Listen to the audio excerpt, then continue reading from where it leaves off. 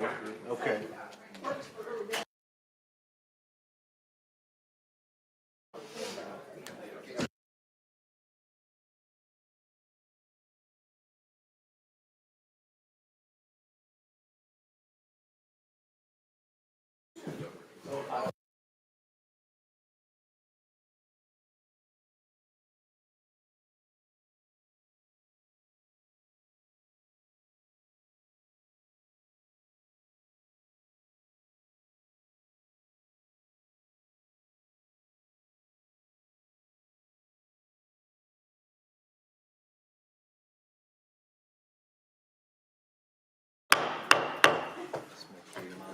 Good morning or afternoon. This afternoon has got me messed up. Good afternoon, ladies and gentlemen.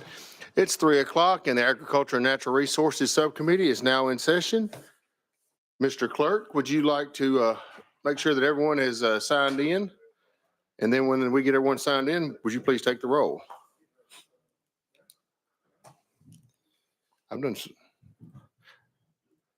ain't happening over here. Go through the process again.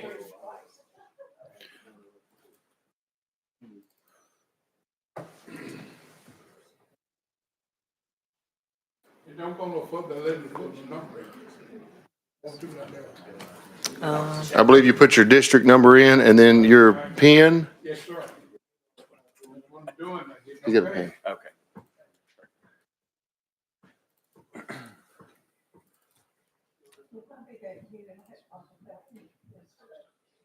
Gets the roll call and stops. Mine shuts off. Hey, hit that present not voting right there. You wanna try some? Well, I'm doing it. Let's do it. Okay. Mr. Clerk, could you maybe assist them? Yeah, You're recognized. I can do it through my computer. Okay. I can, everybody's here and I can mark it here in the system. You can close the vote or Okay. close the roll. Okay. Mr. Clerk, would you recognize Representative Shaw on your, Yes, sir. okay. Well, it might work if I said he. You'll be fine. The clerk can recognize you, Representative Shaw. Representative Shaw, I have you recognized in my system. He said I can't vote unless I get out there. Maybe it's about. No, I have it. I have it for you, sir. Sir, I have it for you. I'm trying to. Understood. Yes, ma'am.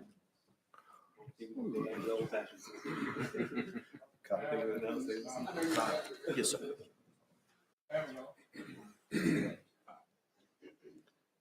Sorry. There we go. There we go. There we go. All right. Hello. Mr. Clerk, I know Representative Martin is over representing a bill in another committee. He will be here with us shortly. So if you would, please take the roll. Mr. Chairman, you have a quorum. Okay, thank you. And Representative Stinnett is going to lead us in our prayer and the pledge. So if you all would, please arise. Let's pray. Dear Heavenly Father, we just thank you for this day and the opportunity we have to come and do your business in the state of Tennessee. I just ask you to help us to make decisions that best interest of citizens of the state of Tennessee. Be with all the folks who are here on the Hill visiting us today. And we just thank you most of all for your son Jesus Christ who hung on that cross so we would have the opportunity to have a pathway to your kingdom. And we ask this in your holy name. Amen. Amen. Salute, pledge. I pledge allegiance to the flag of the United States of America and to the republic for which it stands, one nation, under God, indivisible, with liberty and justice for all.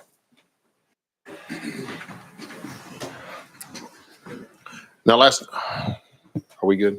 Last week, I made a reference about having someone from each district or someone from the committee each week present about their district for a couple of minutes and just tell them what's unique and give some pictures and all. Representative Fritz had set that up, but because of the short day today, we're not going to be able to do that for technical reasons, but next week we'll try to put that in right off the bat. Tyler, we'll recognize you for words of wisdom. Good afternoon, everyone, and happy snow day. Today's words of wisdom come from me. That is funny. Never let the same snake bite you twice. Find another snake. Lots of truth in there. Lots of truth in there. All right.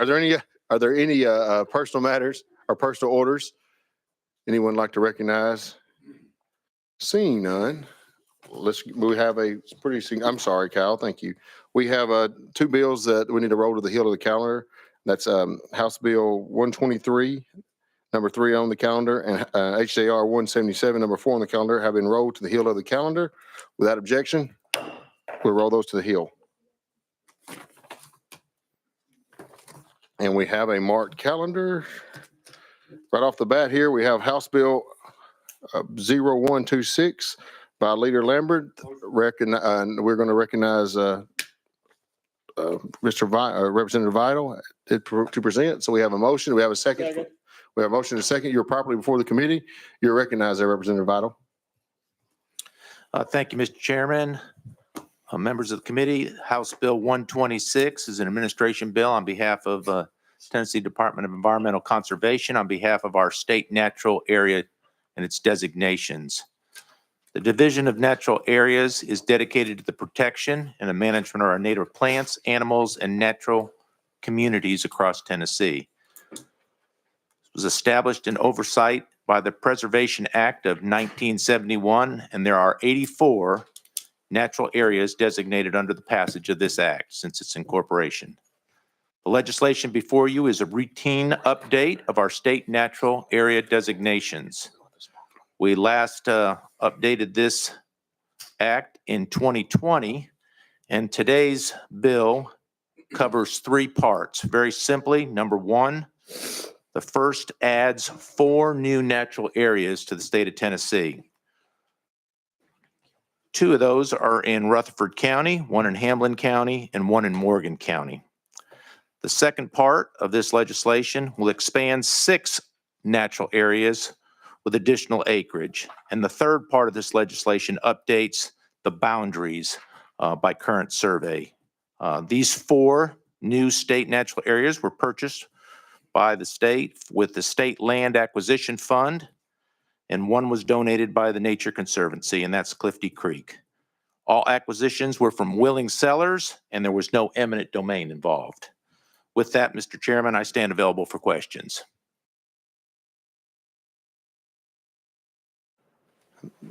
Thank you. And Representative Shaw, you're first on the list.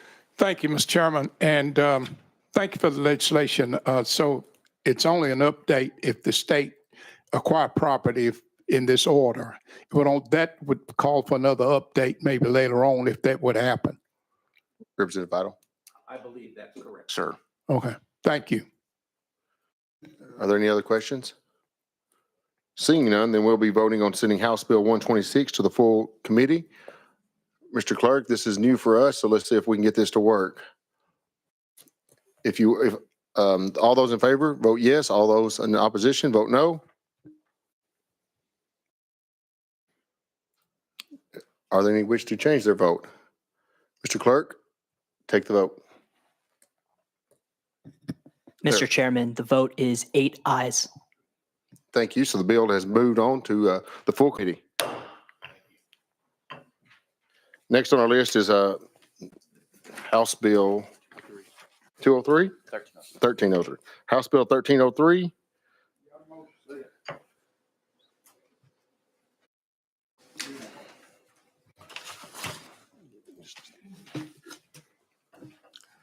Thank you. We have a motion. Do I have a second?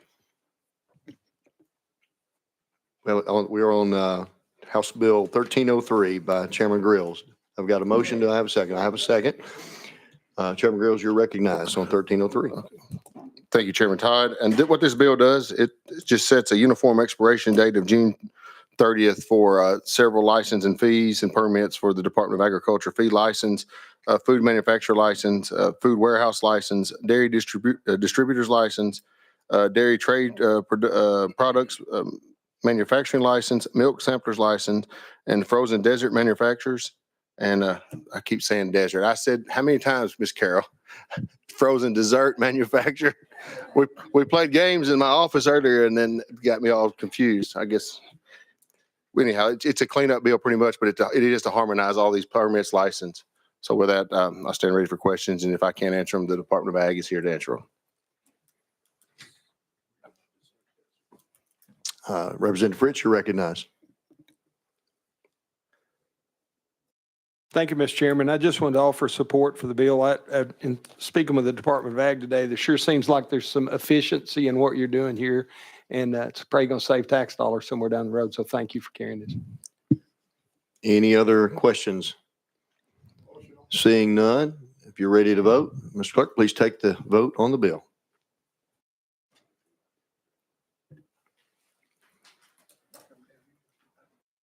Everybody voted. Anyone want to change their vote? Mr. Clerk, close the vote.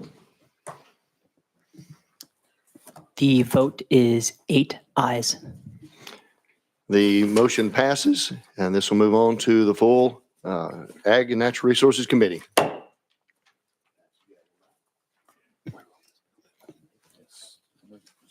Thank you so much.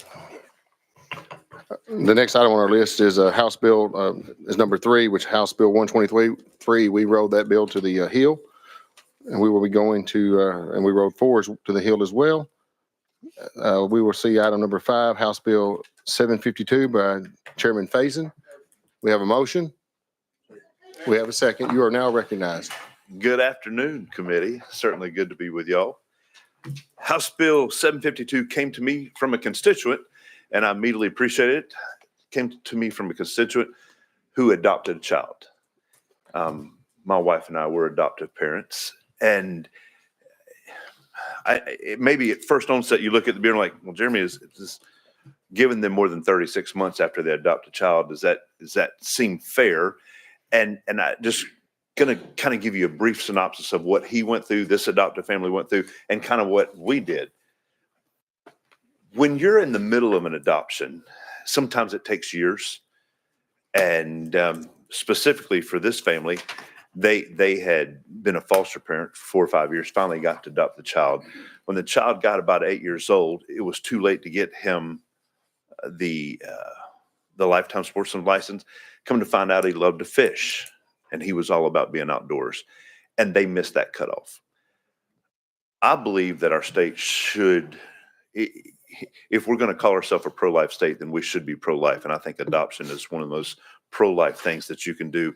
And that transcends any partisan politics, in my opinion, when it comes to adoption.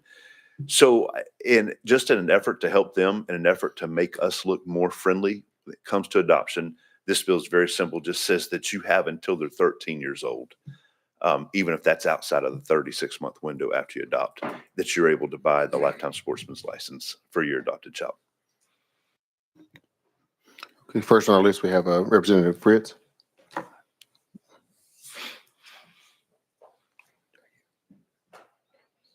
Thank you, Mr. Chairman. Thank you for the bill. I appreciate that. Appreciate you living out your heart and living out Christ and carrying this, because I know your heart in this. So I'm fully supportive of it. Do you think, sponsor, we would have a fiscal note if we did this for all kids up to age 13? You recognize. Yes, sir. There would be a sizable fiscal note. And I will tell you this, there will eventually have a certain number of fiscal note that comes onto this. I have spoken to Governor Lee and his staff specifically about this bill, and they said that they would take care of it.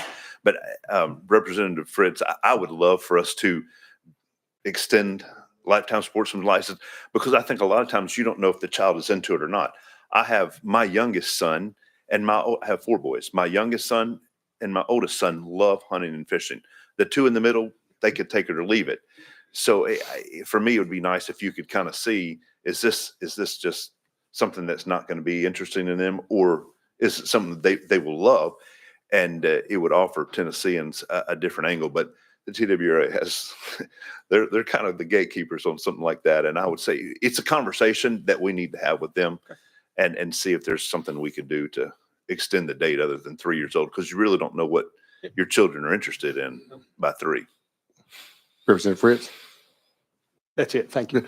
Chairman Faison, I want to just make sure I understand this correctly. If you have a child today, from the time that child is born, you have 36 months to buy that license. And if you adopt a child today, say he's 2 years old when you adopt him, you have 36 months from the day that you adopt him. Mhm. And that's the way that works. And what this bill would do is give us, from the day the adoption takes place, if that child is 1 year old on the day of adoption, you would have until that child's 13th birthday to get this discounted rate. That is correct. Okay. Yes, sir. Representative Jones, you recognize? Okay. Representative Todd?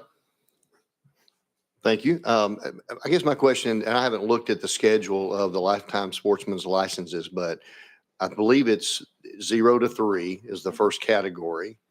And then from there, I don't know, it's 3 to 6 or 7, I'm not sure. And then there's another category of age group so I'm trying to figure out in this, by taking this within 36 months immediately out, what's it really doing? Is it saying in essence that an adopted 8-year-old will be treated just like a 2-year-old from the standpoint of the cost up until they just about to turn 13? Or is it they're eligible for whatever that age bracket is up until age 13? Chairman Faison, you recognize? Thank you, Mr. Chairman. Chairman Todd, this would allow them to be eligible to buy it at the discounted rate from the ages 0 to 3. Okay. All right.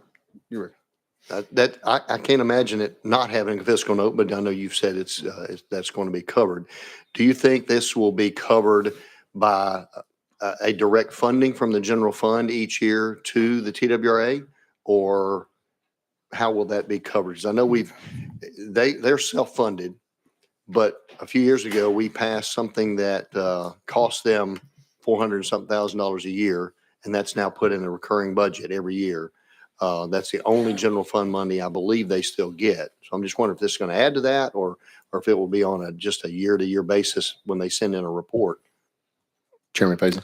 Thank you, Mr. Chair. Chairman Todd, we would have to allow Commissioner Bryson to kind of set that right now. He knows about this bill, the governor knows about the bill, and they said we'll fund it. And how that funding works is probably going to have to work between the TWRA and them moving forward. But they've told me verbally they're going to fund it. So I'm not sure exactly how they're going to fund it, but they said they would. Well, I would like more details on this, before we move too much further, but just to know the mechanics of it again, because there's some long-term ramifications there that budgeting that I just want to know about before we do too much on it. So hopefully that'll come in here shortly. We'll just know what numbers we're working with. Yes, sir. Representative Shaw. Thank you. Maybe my question's been answered. I think the chairman kind of hit on. Would it work if you say they get that privilege up until 13 if adopted? I mean, why? I'm trying to figure out, first of all, Mr. Chairman, it's probably the best bill you ever had since I've been here. But I should have said that first. But I'm trying to figure out, on a serious note, if you said, even if you adopt them at 13, they could get that rate, but why would it just automatically be everybody up until 13? You would have up until 13 years old to adopt. Would that serve the same purpose? Thank you, Chairman Grills. And Representative Shaw, I'm not used to backhanded compliments. I guess y'all know what a backhanded compliment where I come from. That's not a backhand. To be honest with you, when I was working with this bill, I was trying to help a constituent out, and I felt like the TWRA and the Ag Committee would be like, "Come on, you're allowing 16, 17-year-olds to do this, Jeremy," and I felt like y'all would maybe more frown on it than if we got it accomplished before they got to their teenage years. Okay. So that was kind of my concept on this. Okay. Well, thank you for your answer. I appreciate that. Thank you. Chairman Todd, I believe the fee schedule is $988 for those that are up to 18 years old. And then those that are up to 3 years old are $320. So does that answer your question or shed light on what your question was? I guess I would want to know if they're 8 years old and we're going to allow them to purchase a lifetime sportsman's license up until they're 12 months and 364 days. Is that at the 900 something dollar rate or at the 2-year-old rate? 300 something dollars. That's really what I was trying to clarify. Chairman Faison, you recognize. The intent of this legislation is for the 2-year-old rate or the 0 to 3-year-old rate. And I think that's what this accomplishes, and we'll defer to legal, but I think pretty much that's what this accomplishes. I might want to ask legal if we could go out of session, ask that. So without objection, we'll go out of session.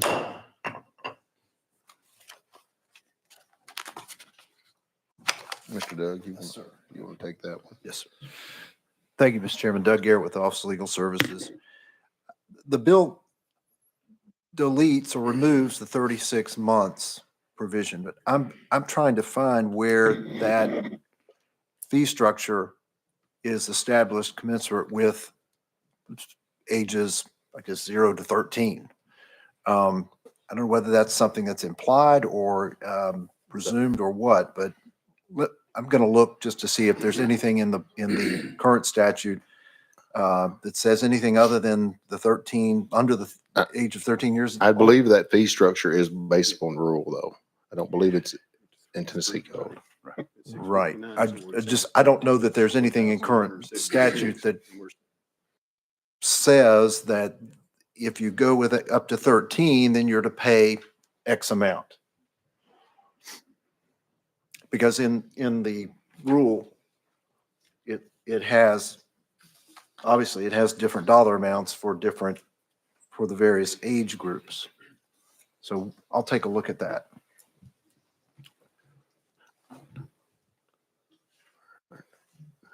Chairman.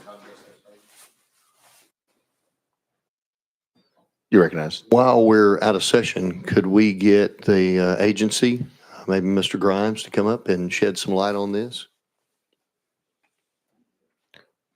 Tori? Where?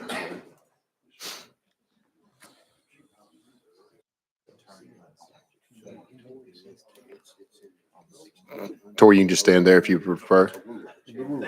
But I don't think I was on the list, so I kind of paused just a second. But the fee structure is in the rule, and under 3 years of age, that can be purchased at $320, and it's 3 years. Where the statute works is 3 years from the order of adoption. So that's the grace period in current law that it's allowed for someone to purchase that license. Now, the age of 7 to 13, it's $988. So our view of the bill is it essentially gives that window from 7 to 13 a discounted dollar amount by the removal of this language. Thank you. Sorry to put you on the spot like that. That's all right. Thank you for the clarification.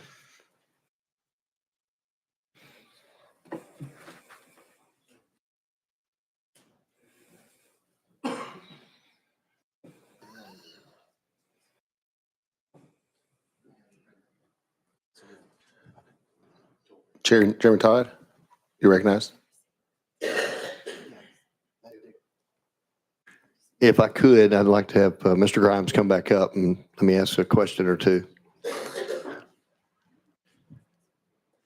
So I'm looking at the rule and it gives an under 3 years of age of $320.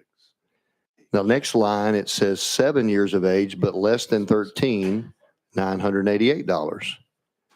Well, what happens between 3 and 7?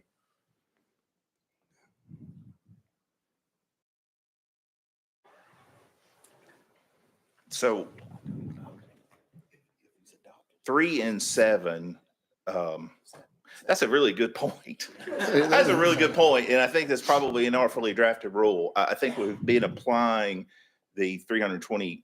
I can't answer that. I don't want to answer that and get back on that limb. That's a good point. That rule's been there a while. We've got to have that rule in process. So it'd be a good point for me to fix. Okay. And I know we had, just a couple of years ago, updated the fees and all that. So it may be one that got inadvertently, changed. So just a scenario, if you had, just going with the structure we have here, if you adopt a 7-year-old and if this bill passes, tell me what rate that 7-year-old is going to be able to have a license purchased up until they're almost 13. Our view of the change in statute, it would make that license at that 320 rate. Okay. Versus what the 988 would be. Okay. Okay. All right. That's what I needed. Thank you. Thank you. All right. Mr. Doug, do you have anything? No, I'm good. Thank you. Okay. All right. Chairman Todd, you satisfied? Okay, we'll go back into session without objection. We're back into session. Are there any other, Chairman, go ahead and we'll let you talk. So I I've was never just known going you to not to want to clarify, talk, Chairman Faison. 70-2-201, that actually references the price for the 0 to 3-year-old. And so I'm taking out the additional, up until then, whether you bought it at 7 years old, or whether you adopted 7 years old or 8 years old, you had 36 months to buy it at that time, to buy the sportsman license at the 70-2-201. What this is doing is getting rid of the 36 months, which 36 months, I think, is because it's kind of messing with our brain, but it also takes you back to the same price as the 0 to 3. And you lose the 36-month requirement that you have to buy it in if we pass this bill. Okay. I think that's the point you made a while ago. Yeah. For everyone, make it much simpler. Okay. Are there any other questions? Seeing none, then the question's been called. We'll be voting on sending House Bill 752, sending it to full committee. All in favor, vote aye. All opposed, vote no.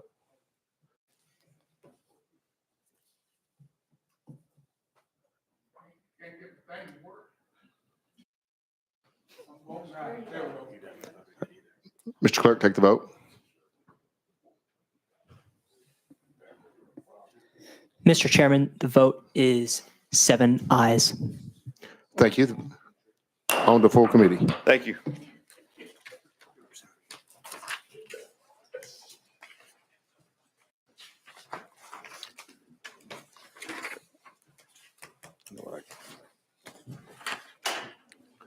Next on our list, item number 6 by Chairman Reedy, House Bill 220.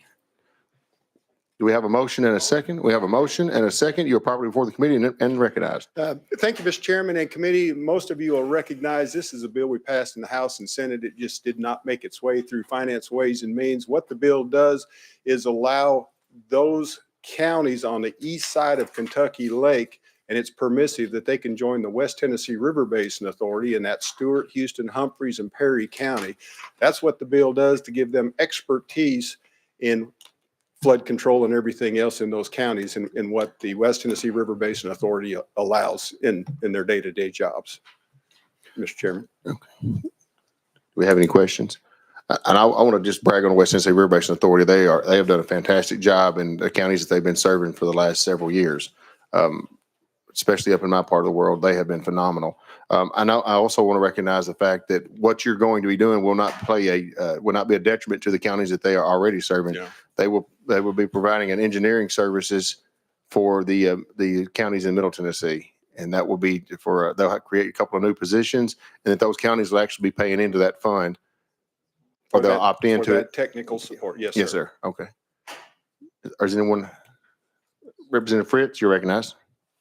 Thank you, Mr. Chairman. Fully support the bill. Thank you for bringing it again. Quick question, and we don't have to answer this if you don't know the answer, Representative Reedy.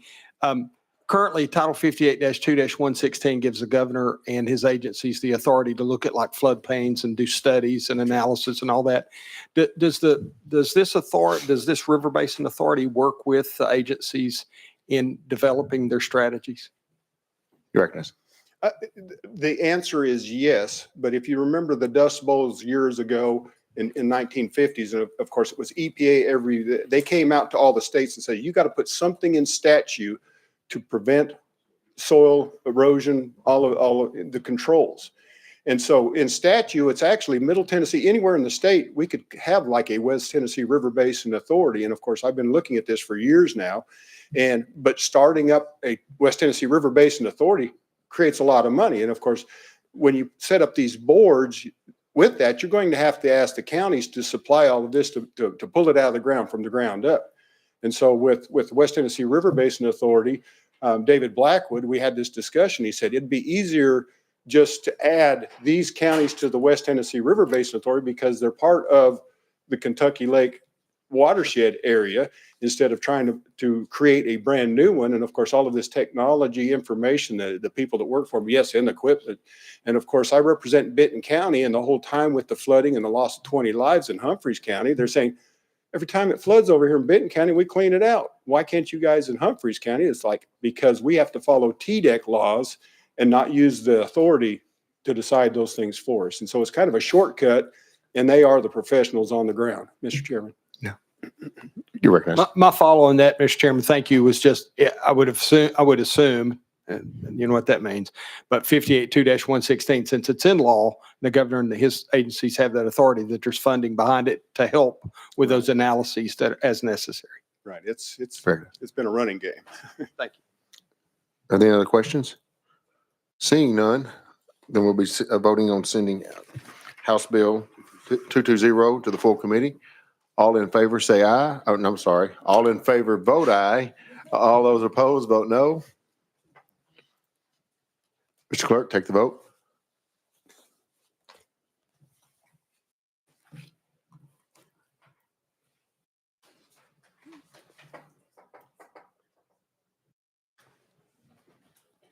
Mr. Chairman, the vote is 8 ayes. Thank you. On to full committee. Thank you, Chairman Committee.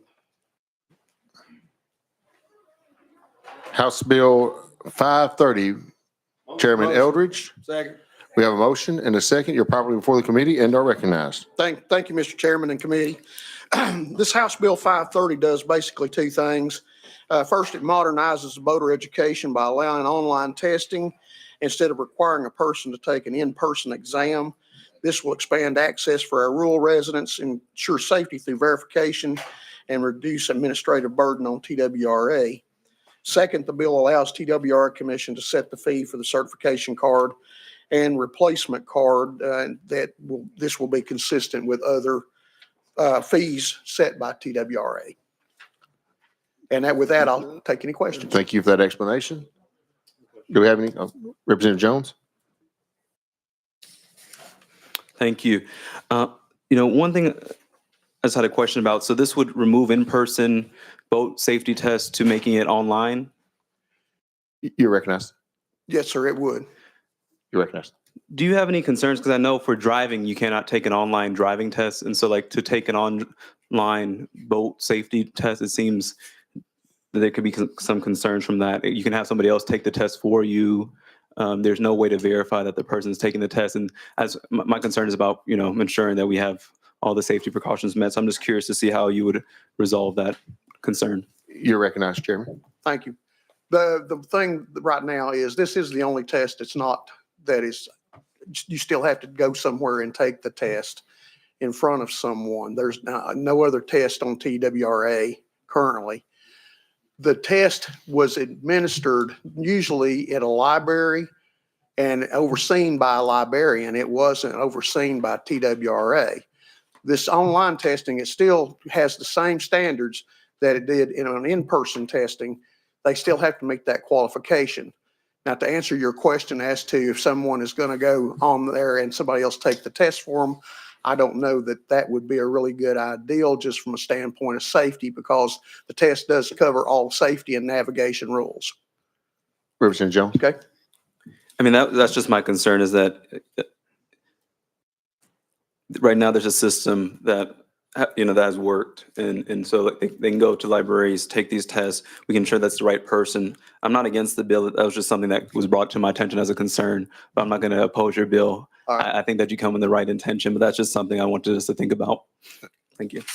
And I would add too, he referenced some of the driving tests. There are driving tests that you can take online now. We passed that last year. if you're 30 miles away or further from a driver's testing for the hardship license. So That is correct, Chair. seeing no other, Representative Idle. Thank you, Mr. Chairman. Thank you for bringing this bill. I had to refresh my memory today, but we have been doing this same approach with personal watercraft for many years. So I think this brings it in compliance with the way we've done personal watercraft. I am concerned from a safety perspective only that we continue to reiterate the importance of drinking and boating, because that's been an area where we've continued to have increased accidents. And so I want to make sure that that is continued to be stressed on both the boating and the personal watercraft license. Thank you. You're recognized. Thank you. Appreciate the comments. Representative Shaw.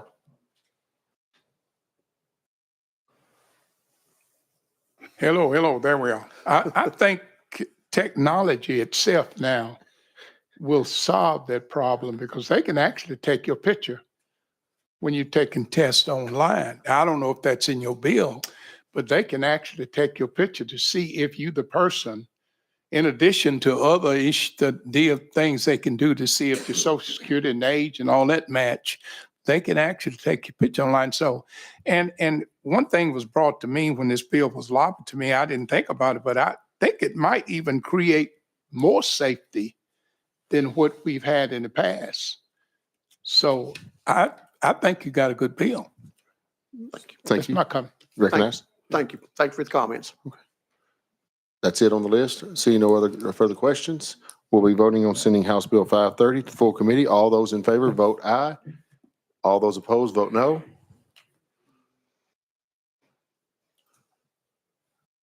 Mr. Clerk, take the vote, please. Mr. Chairman, the vote is 8 ayes. Thank you, Mr. Clerk, and we will send you on to full committee. Thank you, members. Thank you, Chairman. Number 8 on the list is Chairman Doggett, HJR 150. We have a motion. I don't hear a second. Huh? You're recognized. You're properly for the committee. Thank you, Mr. Chairman. I apologize for the outburst that occurred earlier.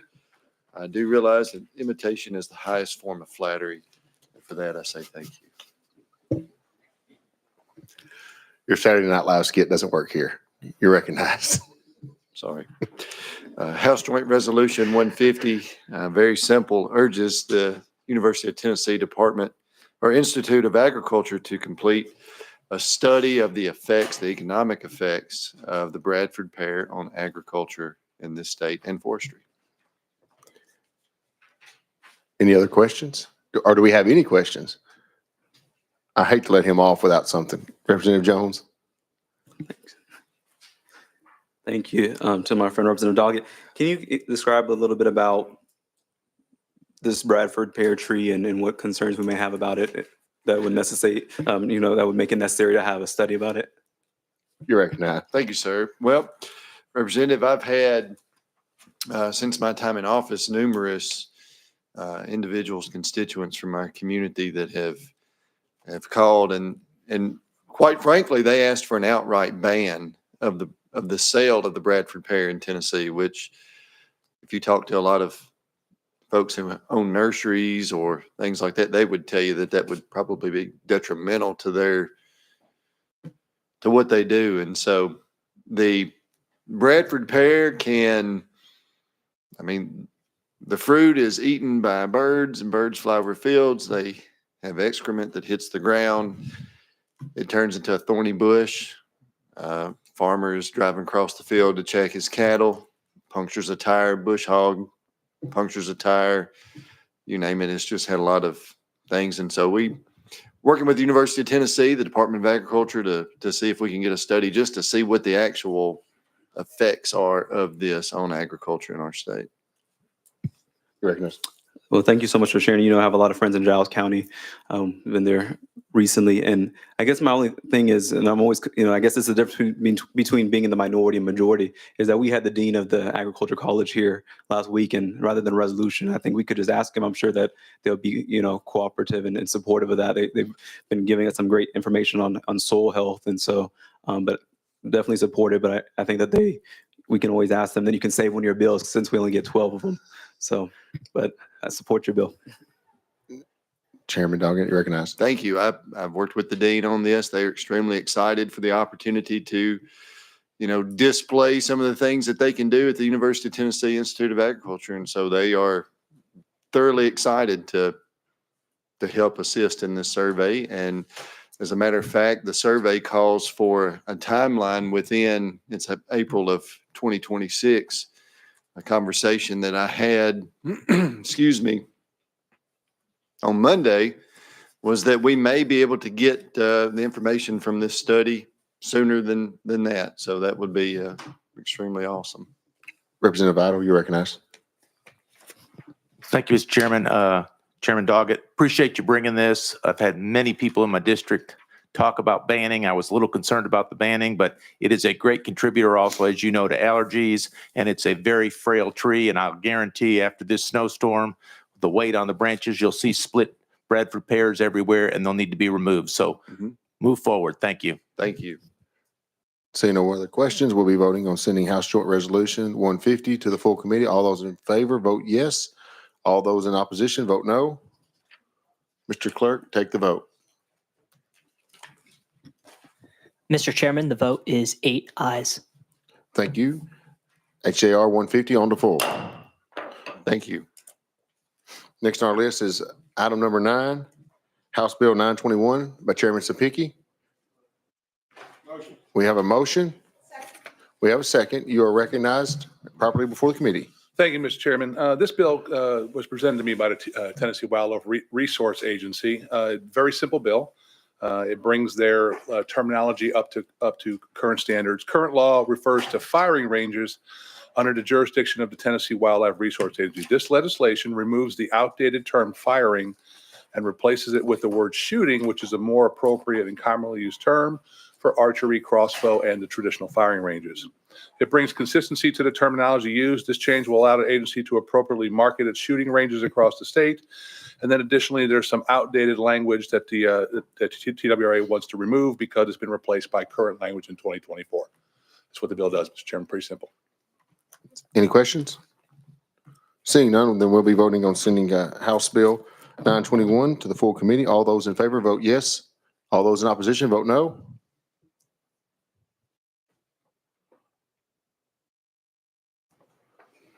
Mr. Clerk, take the vote. Mr. Chairman, the vote is 8 ayes. Thank you. Thank you, Mr. Chairman. I appreciate it very much. Love the sign. On the full committee.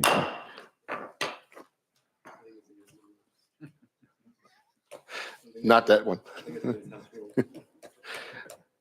Next on the list is item number 10, House Bill 24 by Representative Hemmer.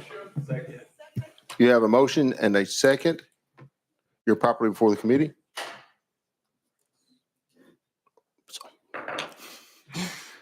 You're recognized. All right, thank you, sir. Well, if Chairman Doggett said imitation is the best form of flattery, I'm glad I wore the same tie as the chairman today. So, but thank you, Mr. Chairman of the committee. This is a bill I'm really excited to present. This bill would increase penalties for trespassing and other game-related violations in the TWRA code that are currently $10 to $50 today, up to $500 decided by a judge. So I started working on this bill last year and I actually got had a trespasser on my property that I lease for hunting. And I just can't tell you that the feeling of violation it was, how much money you spend and effort doing this. And also it's a big safety issue. So thankfully TWRA was just simply able to go through the code, find all the individual fines that they have within their wildlife violations, which actually have not been changed since they originally put in statute 1961. So not a lot of deterrent. The gentleman that trespassed on my property, he would have only gotten a $25 fine for doing that and taking a game. So we think this is something that is really needed. And just looking at the statistics last year, and it's 3,800 citations that have happened and 856 warnings. So this is something that has been increasingly happening within our state.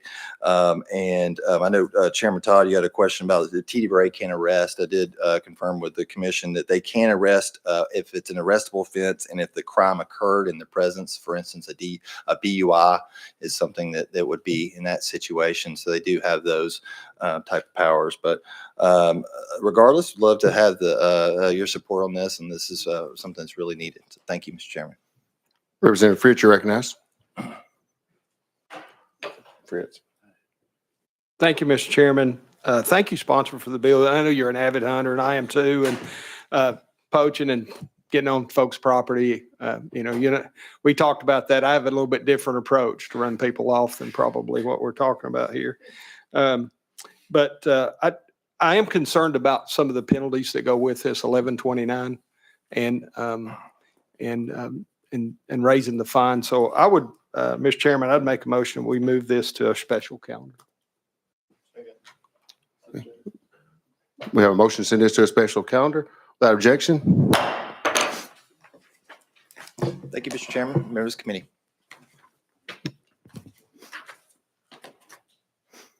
Next on the list is House Bill 901 by Chairman Todd. We have a motion and a second. Motion. I have a motion and a second. You're properly before the committee.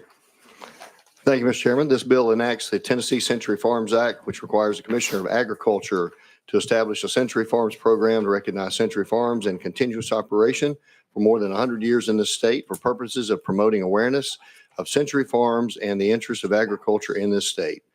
And we currently have had a program that's just not been codified.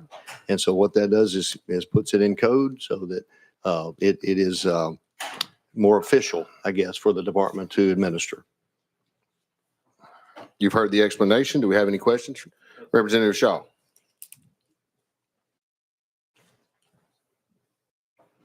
Thank you. I don't have a mic to come on. Could you just be a little more specific in what you're doing, if you don't mind? I didn't quite understand. That's Chairman Todd? Yes, sir. So the commissioner will take all these following actions. They'll operate the program within the existing resources of the Department of Agriculture. They'll establish the criteria for qualifications as a Century Farm under the program. They'll designate a qualified historic preservation center to administer the program. They'll design and provide a specialty commemorative sign in recognition of a Century Farm to be provided to the owner of the farm at no cost to the owner. The commemorative sign may be designed and provided to the owners of Century Farms to recognize each additional 50 years that a farm remains in continuous operation and qualifies for participation in the program. okay. Understand. Yeah, I'm fine. Thank you. Representative Jones? Thank you. Representative Todd, can you describe a little bit more about like how many Century Farms are here in Tennessee currently? Chairman Todd? I believe, let me see if I can find that in the notes here because I don't have that memorized. I think there are nearly 2,100 farms that have been certified across the state so far. So I would think that all of those 2,100 would be included in this new codified program. Representative Jones? And are you, if you don't know the number, that's okay, I have it. Are you aware of how many of those farms are Black-owned Century Farms that we have left in Tennessee? Chairman Todd, you're recognized. I would have no idea because I don't really look at race like that. Representative Jones, you're recognized. Thank you. Out of the 2,100 you mentioned, there's only 9 left that are owned by Black families. And the reason I bring this up is because obviously, serving on this committee has got me interested in how do we increase access to communities that systemically face barriers in terms of even farming. And so really interested in how we can support those 9 farms that are left, because a lot of them are at risk of closure now. Some family members, when the elders get older, the kids are selling the farms because people don't, everyone here knows what we're facing with farming in Tennessee and how the average age of our farmers are over 60 years old now. And so just really particularly interested in how we can support these Black-owned Century Farms. Even though we want to support all of them, I agree with that totally, but just having 9 left is something that's very concerning to me. A lot of people in this community don't know that my family actually comes from West Tennessee and were in farming before they moved up north to Chicago. And so it's something that's very personal to me. And so I just want to see, is there anything in the program we can do to particularly uplift these that are at risk? With 9 left, that's less than the members of this committee. It's something that's very concerning. I think that we should support. And so just wanted to get your thoughts and response on that. Chairman Todd?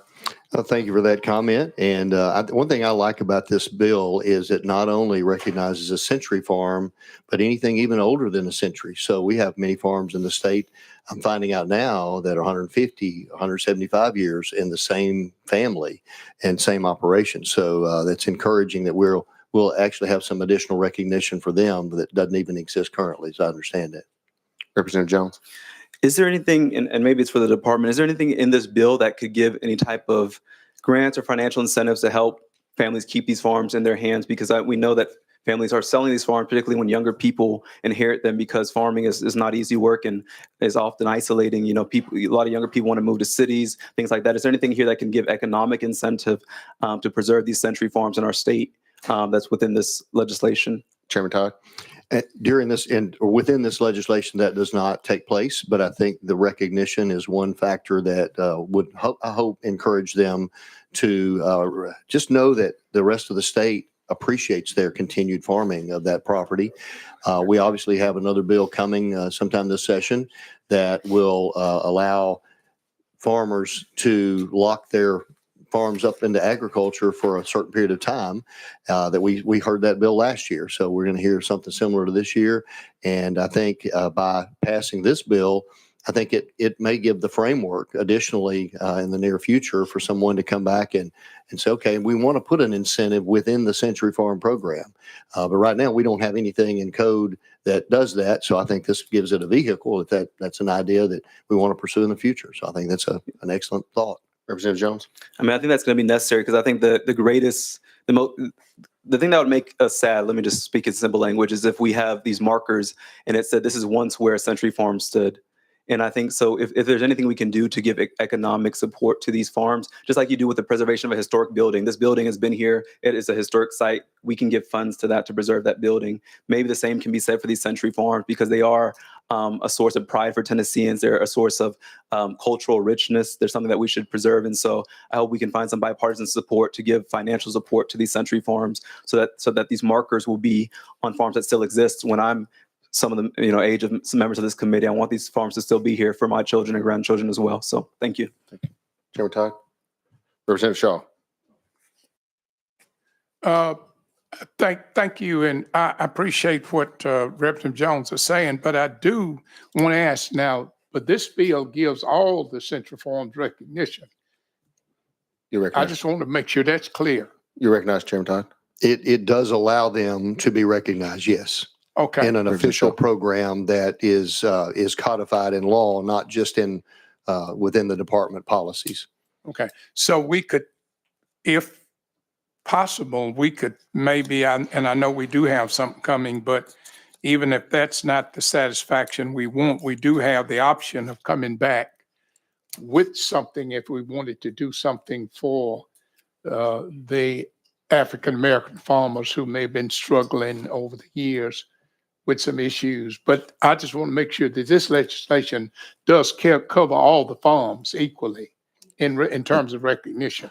Chairman Todd. Yes, it does. Okay. Yes. Thank you. Representative Vital.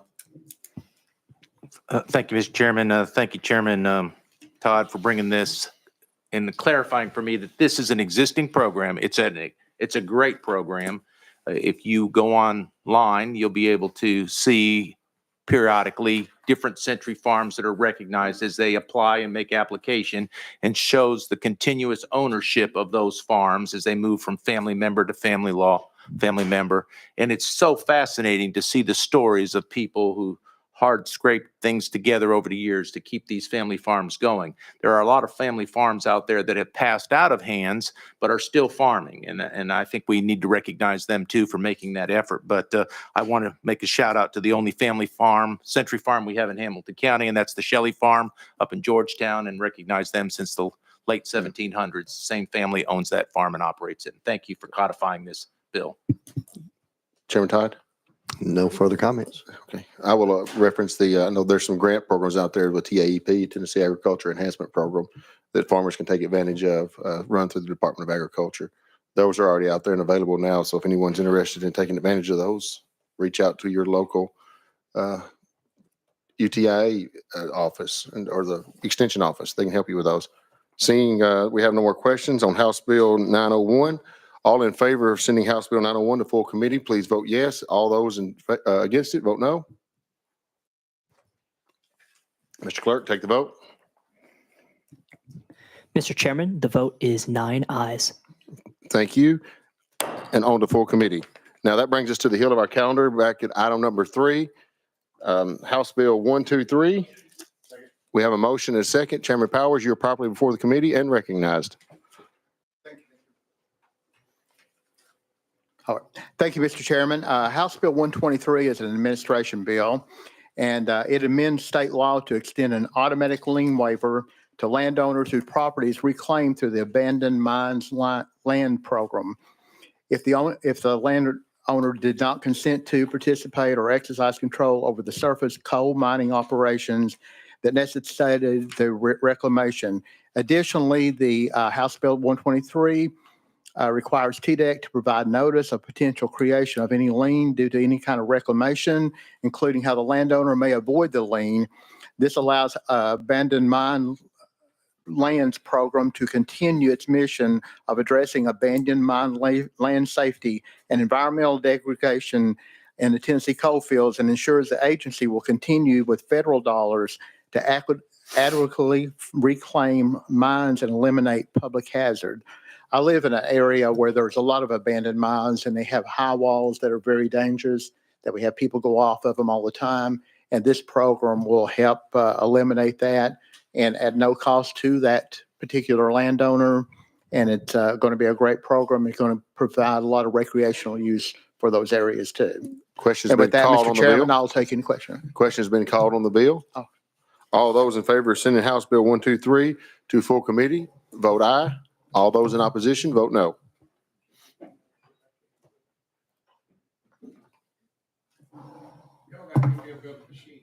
Mr. Clerk, take the vote. Mr. Chairman, the vote is 9 ayes. Thank you. And House Bill 123 on to full. Next on the list is item number 4, also by Chairman Powers. That's HJR 177. We have a motion. We have a motion and a second. You're properly before the committee and recognized. All right. Thank you, Mr. Chairman. HJR 177 is a request to name the Blue Springs Boat Ramp in honor of U.S. Army Staff Sergeant Terry William Prater. Sergeant Prater made the ultimate sacrifice for our country when he was killed in Iraq on March 15, 2007 at the age of 25. Sergeant Prater died alone with 4 other soldiers when their vehicle struck an IED. He lived in Claiborne County where the ramp is located, and had always put his boat in when enjoyed what he loved the most in life is fishing. Still today, Sergeant Prater's son Bryson still launches his boat and fishes from the Blue Springs boat ramp that his father loved so much, and he called it his favorite fishing hole. Sergeant Prater was awarded the Purple Heart and Silver Star from the President in 2004. He was on his second tour of duty in Iraq when he was killed. This would be a great honor for him and his family to name the ramp after him, where a flotilla of boats were launched to scatter his remains on Norris Lake. And with that, Mr. Chairman, I'll be glad to answer any questions the committee may have.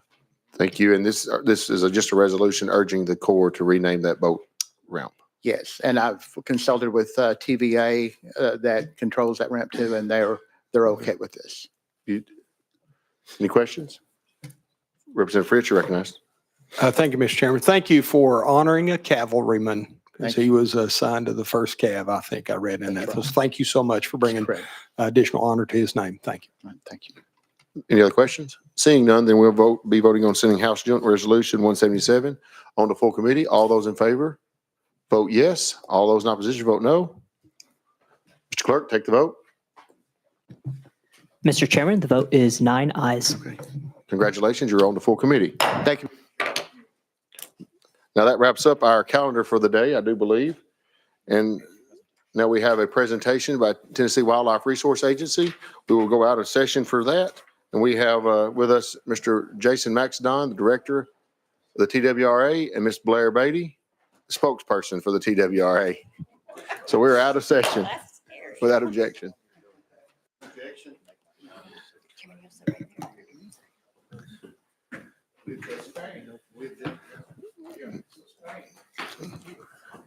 In Southern Hospitality, Blair, if you would like to go first, and you can start off and then explain who you've got with us and how you would like to move forward. We'll let you be in control. have a pretty loud voice, as most of you know. Chairman, thank you, and thank you committee members for having us in today. I will start from the right end of the table with our Deputy Director, Brandon Ware. He is over our field operations. Next to him is another Deputy Director, Mr. Frank Fiss, who is over our business operations. Many of you may have already met or known Mr. Jimmy Granberry, who is our Chairman of the Tennessee Fish and Wildlife Commission. He will be holding his last commission meeting Thursday and Friday, and we're really, really sad to see him go, but we're very appreciative that he's here with us today. And then Executive Director Jason Maxedon, who is my boss, so please be gentle with us today, or he might fire me. And I'm going to turn it over to him, but again, really happy to see all of you, happy to see some new faces. We look forward to working with you. Before you turn it over, though, we have a couple other people back here in the back. That's a very good point, Chairman. Yes, we have our General Counsel, Mr. Torrey Grimes, who I think many of you may have worked with when he was with the Department of Corrections. I don't know why he's refusing to come sit with us. Are you embarrassed by us, Mr. Grimes? You don't want to get asked another question. And then we have two other people. In the very last seat in the back row is Mr. Daniel Cox, who is our Associate General Counsel. And then sitting right in front of him is Wally Childress, who is our Commissioner from the Lake and Obion County area. I think that's District. And Dyer, Yeah. I'm sorry, which would be where our chairman hails from. But we're also glad that he drove up today. Yeah. Thank you for driving all the way up here, Wally. And I believe you're going off next week as well. And you've served for what, 4 years? Yeah, done a real good job and done a lot of good things for West Tennessee. And he's a friend too, so that's always a good thing. Blair, who do you want to start off with? I would like to kick it over to Director Maxedon. Y'all have fun. All right. Thank you, Mr. Chairman, and good afternoon, members of the committee. Thank you first for just letting us come in and speak to you. We really just wanted to tell you, I know we've got some new members to the committee and then some new members overall. We really wanted to tell you a little bit more about who we are and what we do. I want to start with acronyms, though, because many of you hear things that have TWF, TWRF, TWRA, TFWCF in there. So TWF is the Tennessee Wildlife Federation. They are a 501c3 nonprofit organization, and we do partner with them on several things. And so many of you may have heard of things like the Scholastic Shooting Sports in the state or the Hunting and Fishing Academy. We get federal grant dollars, which I'll talk about in just a minute, and we actually use dollars like that to grant to that organization, so we consider them a partner. The next is the TWRF. That is the Tennessee Wildlife Resources Foundation. They are another 501c3 nonprofit, and we partner with them as well in the same capacity. We get federal dollars and we grant funds to them. There's a shooting range in Clarksville called the Montgomery County Shooting Sports Complex. This would be one of the things that we partner with them on. We also partner with them on a Scholastic action shooting program for youth. It's a pistol shooting program. This is one of the things that we fund with them. There's other things that we work with both organizations on, but these are probably some of the ones that you may have heard about or know the most. The next is going to be the Tennessee Fish and Wildlife Commission. And obviously we have two of those with us today. The chairman is going to speak a little bit about the Fish and Wildlife Commission, and then I'll come back and talk about TWRA, the Tennessee Wildlife Resources Agency. So Mr. Chairman, I'm going to turn it over to you next. Thank you, Director, and thank you to the committee today for hearing Chairman Grills. Thank you. There's 13 of us across the state. 9 of those commissioners are appointed by the governor in, kind of a pie up the state into 9 equal sections, about 10 counties apiece from east to west. And we serve 6-year terms. And then there's 4 others, and Wally's one of those, and they serve 4-year terms, and they're appointed by the lieutenant governor or the speaker. And so it mentioned we're rolling off. So 5 of us roll off on Friday, 3 of the governors, 1 of the speaker, 1 of the lieutenant governor. So that's a pretty good brain drain for the commission to lose that many at one time. But that's the way the ordinance is set up, and that's the way we do it. So we have 2 ex officio, one's ag secretary or his appointee, or Commissioner Ag or the Commissioner of TDEC or his appointee. And right now we got Mr. Andy Holt from Ag and Chuck Yost from TDEC. And so they serve in that capacity and have a lot of, they have a lot of knowledge about what we do. Chuck used to work for the TWRA in a prior role. Really, the agency, the commission has 3 primary roles. We promulgate rules and regulations. We approve the budget, which is a big, big deal every year. This year was a really tough year for us, and we've made some changes this year that we hope that'll sustain the agency moving forward. And then our most important job is we hire and fire the executive director. And we hold that over him. He reminds us often that he has 13 bosses, which is pretty tough for most anybody to handle. But we're very proud of the job Jason and his team are doing, and we're blessed to serve in this role. And we appreciate your opportunity to talk to you today. Right, I'm going to let it come back to me, Mr. Chairman. So TWRA, the Tennessee Wildlife Resources Agency, we are the state agency that's responsible for the management of the wildlife species and fishery species in the state. That's the main difference in us and those 501c3 nonprofit organizations. And you can see our mission. I won't go through our whole mission with you. It's up there.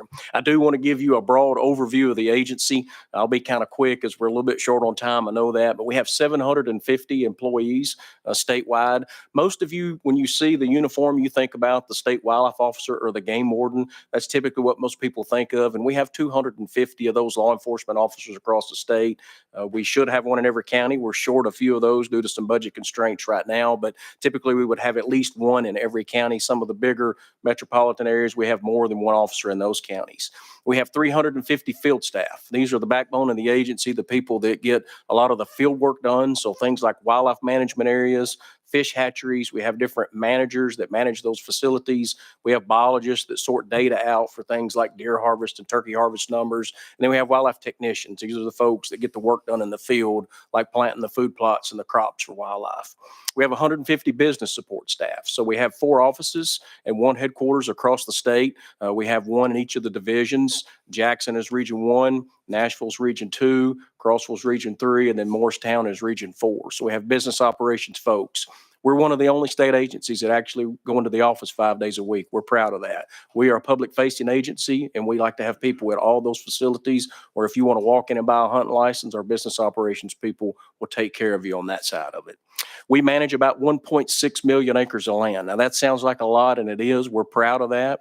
A lot of that is with partner agencies, like the U.S. Forest Service is one of those partner agencies up on Cherokee National Forest. That's one of the biggest partners that we have as far as the largest land base. Other partners would be U.S. Fish and Wildlife Service, Tennessee Valley Authority. We work around the Tennessee River area. They own most of the property that we manage, those WMAs there. The agency has about 550,000 acres. That is state-owned property that the agency allows us to manage, but that's assigned to, say, Tennessee Wildlife Resources Agency. But that's about 550,000 acres that we actually have jurisdiction over as a state entity. One of the things that a lot of you call us about, and you get a lot of questions about, is access areas. That's probably the thing that you get called about most. That's going to be boat ramps and put in areas for fishing and recreational boating. We have about 1,200 of those to maintain and take care of across the state. That's a big deal to do that. 21 shooting ranges.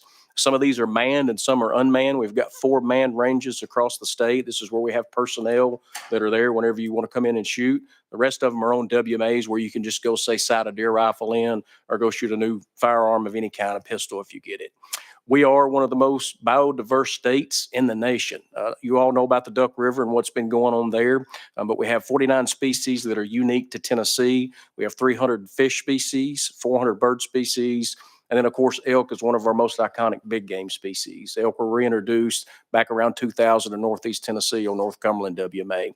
Our other big game species are turkey, deer, and bear. Obviously, bears in East Tennessee.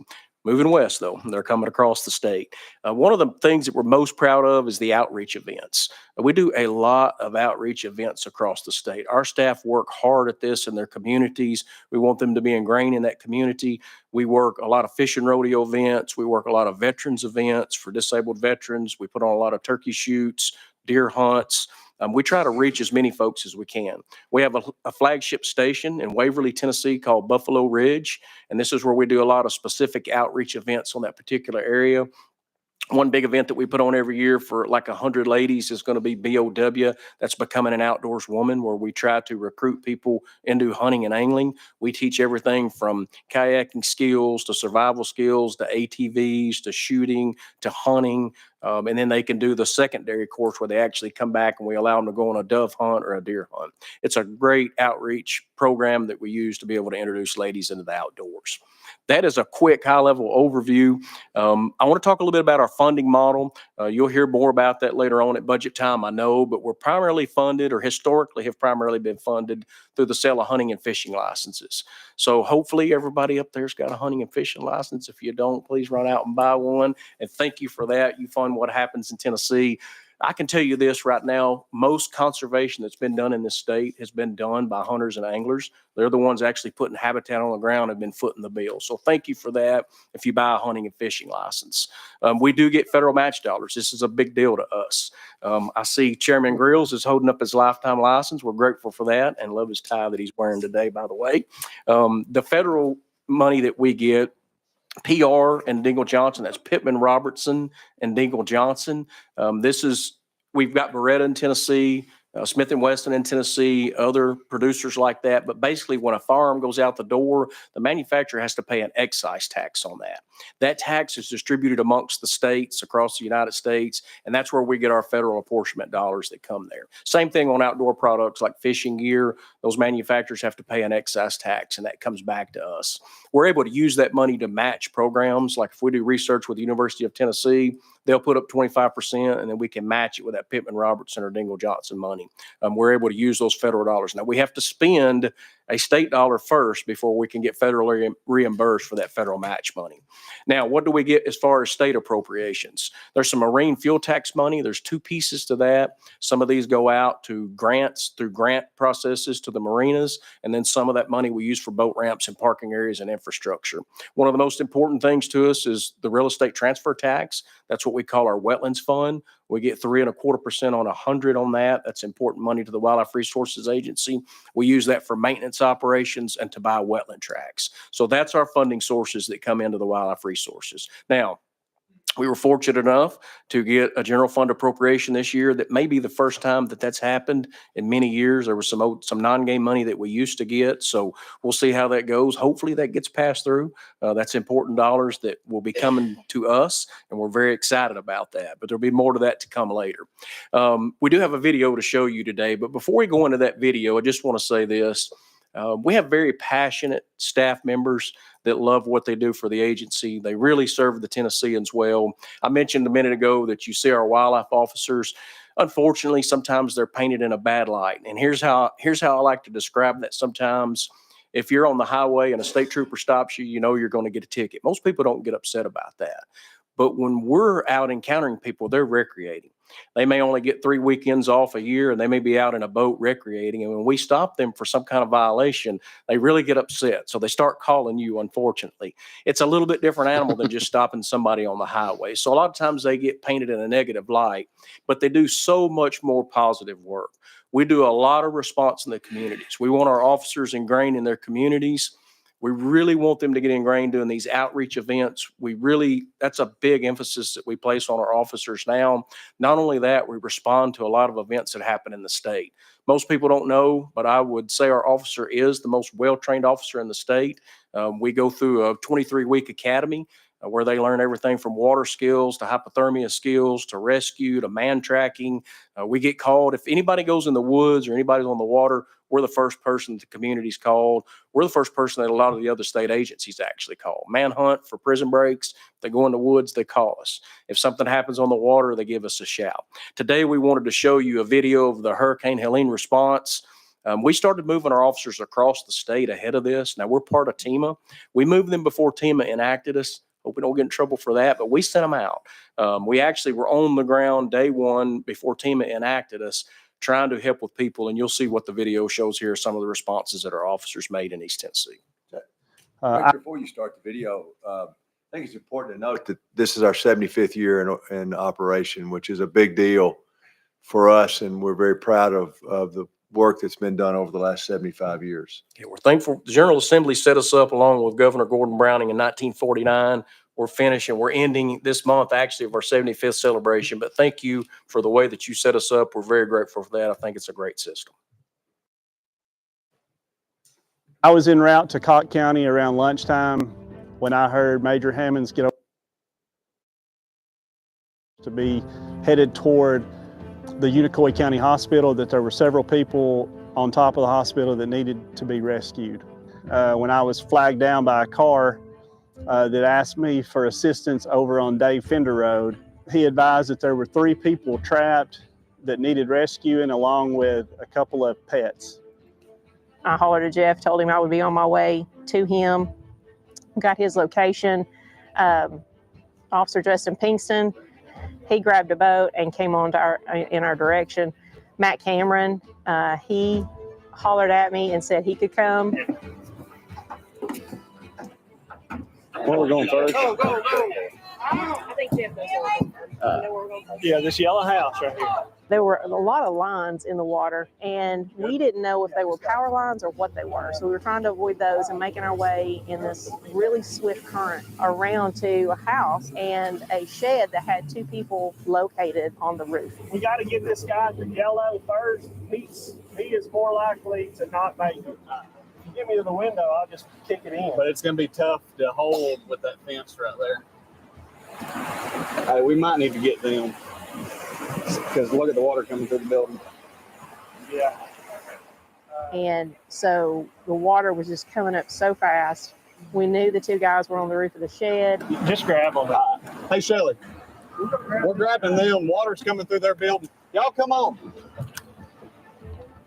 We maneuvered around to get those guys off of the shed. We got them. Grab one of those life jackets.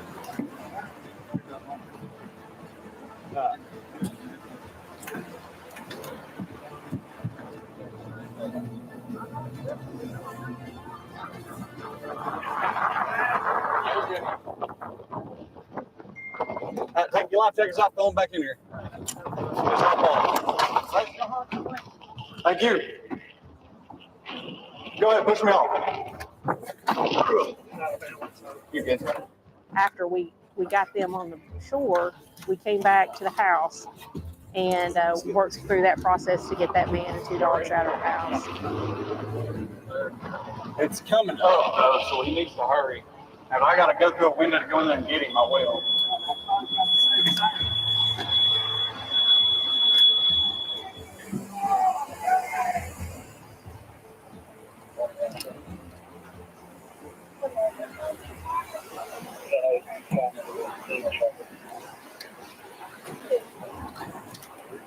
Hang on, buddy. I'm coming.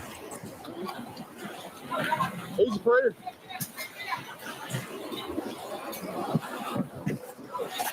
I got throwback ready.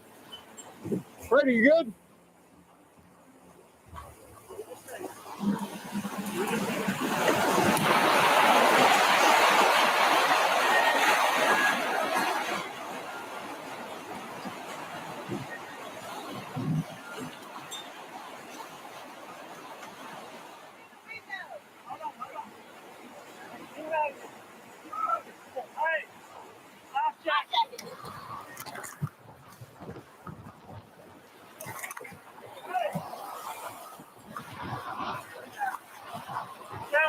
I got one. What about the animals?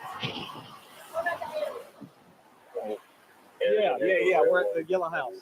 We got one inside the house. We got a rope to him. We're trying to get him out right now. Prater's in the water.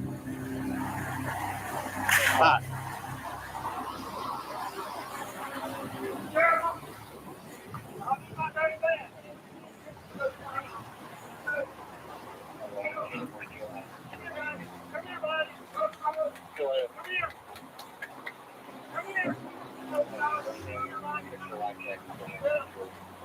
I'll let you know.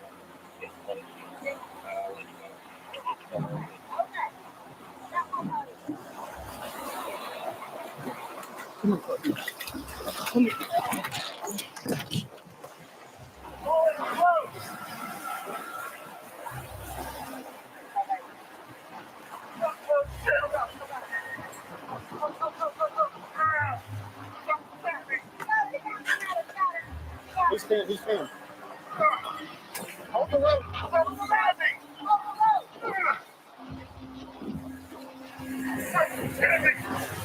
So hold on. Hold on. You gotta hold. You gotta hold.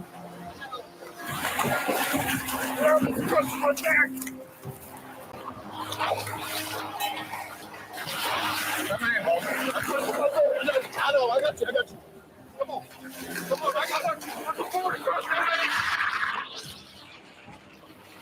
Good. I'm trying, boss. I feel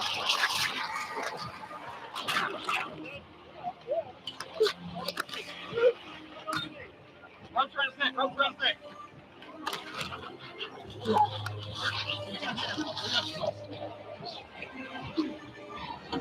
All right, you still got your life. That's what's most important. All right, hold on and trust me.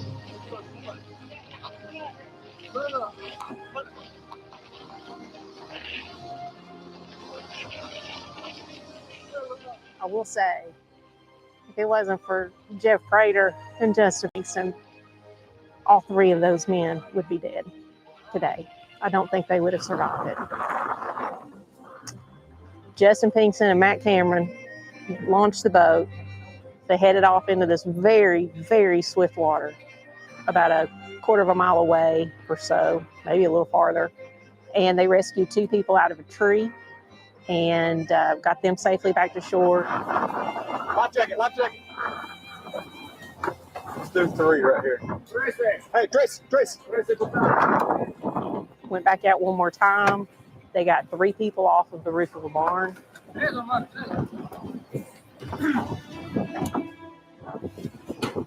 To get to the other people that were located in the larger barn that was a little bit further away, the water was just too turbulent.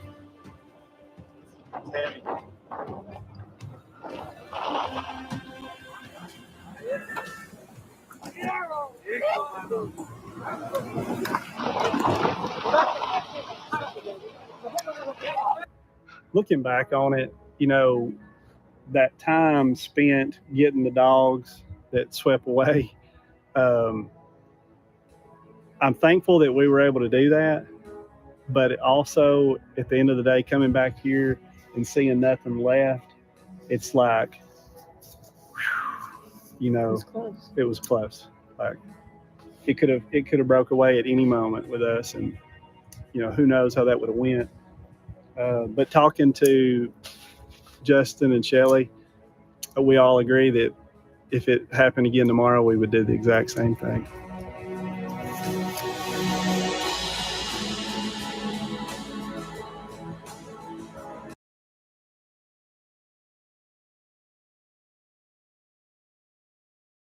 But that's not right. Your district changed. But we were in Representative Hurt's district on Sunday doing the same thing. Unfortunately, there's floods out in West Tennessee. They're pretty bad right now, but our officers responded. And I think last count I heard, there was about 20 folks that got out of houses in Reeves on Sunday of this week.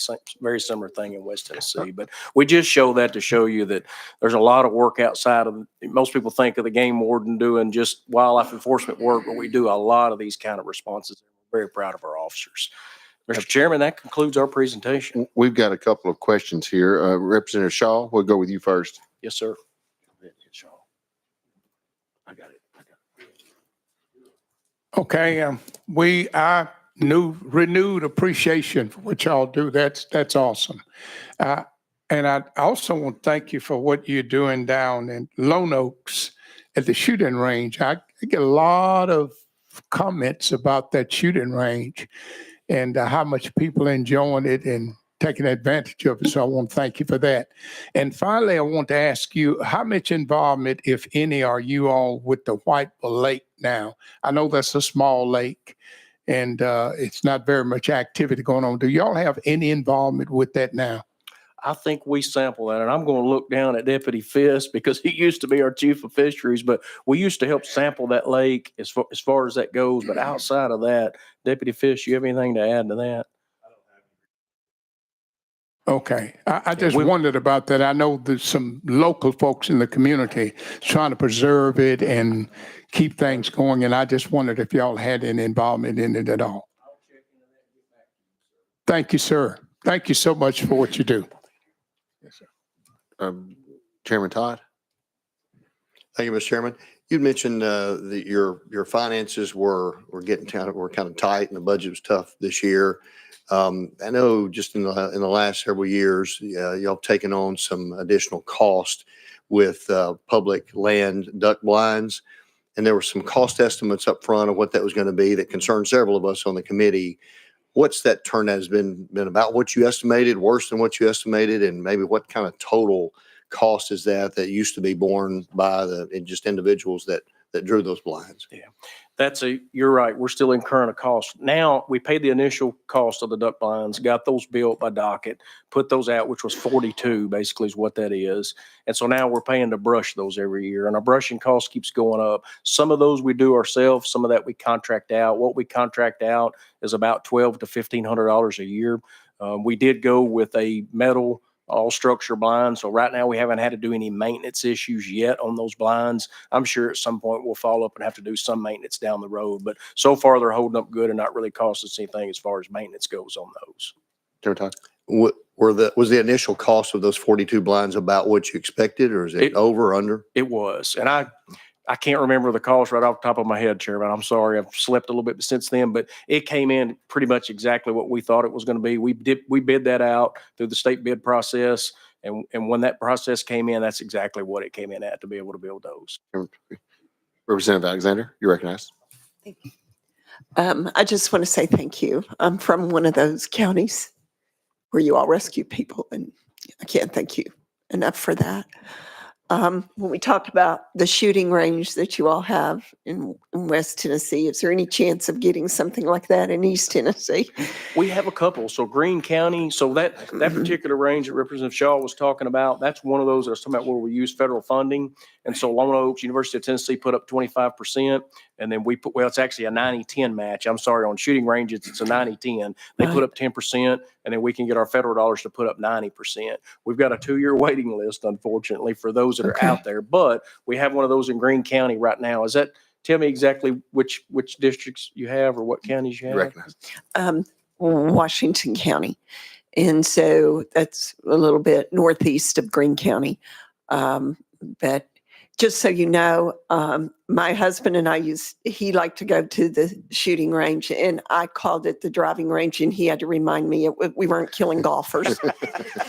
And but we don't have any place to go now. There's nowhere to go. We will meet with you and talk about that. Yeah, We'll kind of look at the area and maybe get that on the list, on a long-term list, but we're happy to do that. Yes, ma'am. That would be awesome. Thank you. Representative Jones. Thank you so much. And thank you for sharing more about your agency. My question was about 2013 when TWRA began allowing the hunting of sandhill cranes in Tennessee. And I'm just curious, since then, have you seen any impact on the population? I know that this is a conservation success story of a species that we had less than 100 now, have obviously restored their population. And I just know that there's been some concerns. I know that whooping cranes migrate with sandhill cranes. And sometimes I don't know if in Tennessee, but I know in our surrounding states, we've accidentally seen people shoot whooping cranes. And so there's been some concern about that, as well as if there's been any impact on the population here on our southeastern population of sandhill cranes that we're seeing migrate and that stop in Hiwassee and other wildlife refuges around our state. Yes, that's tracked very well, especially by our federal partners. So we're not seeing any decline in sandhill cranes from hunting. Now, unfortunately, avian influenza has hit sandhill cranes this year. There's been a few states, including us, that have reported some loss due to avian influenza in our state, and we're going to continue to track that, and our federal partners will as well. But as from a decline from hunting, no, sir, the answer is no on that. They've done really well. It's not had an impact on the population at all. Go ahead. Do the other states like Alabama, do they allow hunting of sandhill cranes, or some of our surrounding states? Do they allow this? What, Florida? I can't tell you for sure if Alabama is one of them, but yes, surrounding states do. Most all the states that have sandhills are a sustainable population. They actually allow hunting of those there, but I'm not sure about Alabama off the top of my head. Go ahead. I know from my understanding, Florida and Alabama may not. I think the concern with this, and I don't hunt, but I know how to shoot a gun. But I do work with some seniors in my district who do birding trips. And we took some of them down to some of these wildlife refuges to see. That's the only reason I know about sandhill cranes. Sure. But just magnificent creatures. They can live up to 20 years. They mate with the same partner for life. And so can you imagine these birds that come together every 20, for 20 years, still come with the same partner, and then one day their partner's not there. And I don't know. And so I'm just, concerned about if there was an impact on our population here, or if because we're hunting them, is it going to discourage them from coming? Because I know that TWRA was the agency that planted the ecosystem that attracted them to our state. in Hiwassee. We thank you all for that because I know the seniors from my district love going there. And I just want to make sure that the hunting is not discouraging them from stopping here. If they start saying, oh, if we go there, we're going to be killed.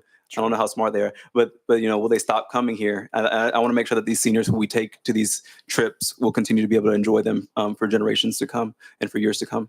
And we carry the state. We keep a really close eye on that. If something changes with that population decline, we would look at the bag limits and see what that would do. But appreciate that, and we keep a close eye on it.